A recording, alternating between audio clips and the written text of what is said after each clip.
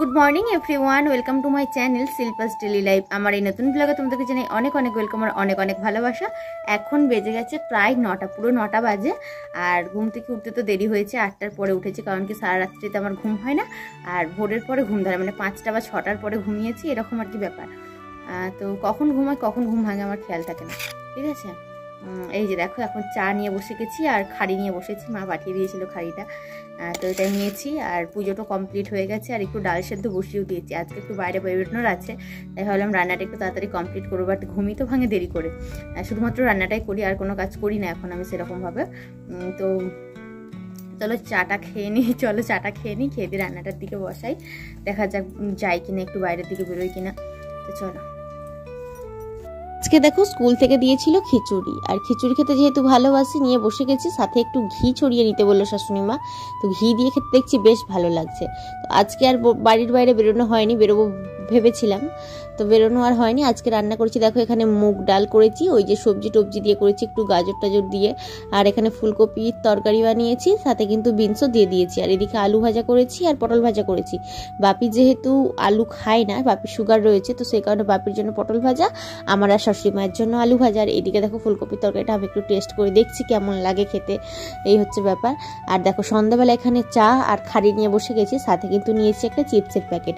আমাদের পাড়াতে যে চিপসের প্যান্ডেল হয়েছিল, দুটো প্যান্ডেল, সেখানেরই একটা প্যান্ডেল থেকে অনেকগুলো চিপস দিয়ে গেছে আমাদের বাড়িতে, তো সেইগুলোই প্রত্যেকদিন সন্ধ্যাবেলা কেটে কেটে খাচ্ছি। এই যে দেখো খেয়ে নিলাম। আর এই দিকে দেখো আজকে আমি একটু ডিম সেদ্ধও খাচ্ছি, বেশ কয়েকদিন পুজো টুজো ছিল বলে ডিম সেদ্ধ খাওয়া হচ্ছিল না। আজকে ভাবলাম দুটো ডিম সেদ্ধ করে খেয়ে নিই, তা না হলে না খারাপ হয়ে যাচ্ছিলো ডিমগুলো, তাই একসাথে দুটো সেদ্ধ করে নিলাম, নিয়ে খেয়ে নিয়েছি।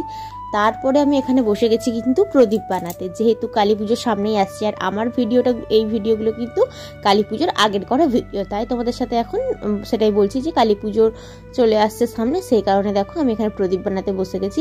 যতই প্রদীপ কিনি না কেন, আমি কিন্তু নিজের হাতে প্রদীপ বানালে যে মানসিক শান্তিটা পাই, তো সেই কারণে প্রত্যেক বছর কোনো না কোনো মানে চাপ থাকুক নাই থাকুক, আমি কিন্তু প্রদীপটা বানিয়েই থাকি।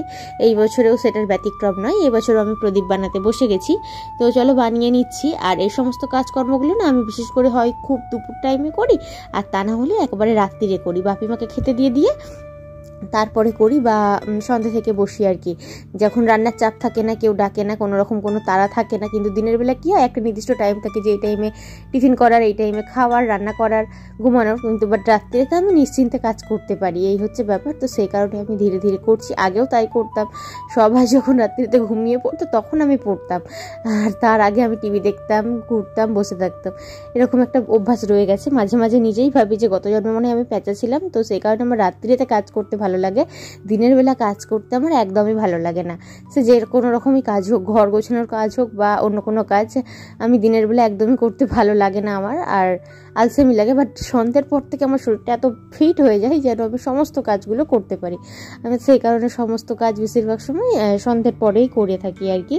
তো দেখো এখানে প্রদীপগুলো বানিয়ে নিচ্ছি, আর এবছর আমি অনেকগুলো প্রদীপ বানিয়েছি, 30টা প্রদীপ জ্বালবো কার্তিক মাসে। তো বন্ধুরা এখন কিন্তু বেজে গেছে রাত্রি 11টা, আর এই যে এখন আমি খাবার নিয়ে বসে গেছি। দুপুরেরই ছিল, ডালের সাথেই এখানে মুড়ি নিয়ে নিয়েছি, দেখা যাচ্ছে না, আলু ভাজা, সবজি, আবার একটু বেসনের বড়া করেছিলাম, সেটাও রয়েছে, এই সমস্ত কিছু দিয়ে খেয়ে নিচ্ছি।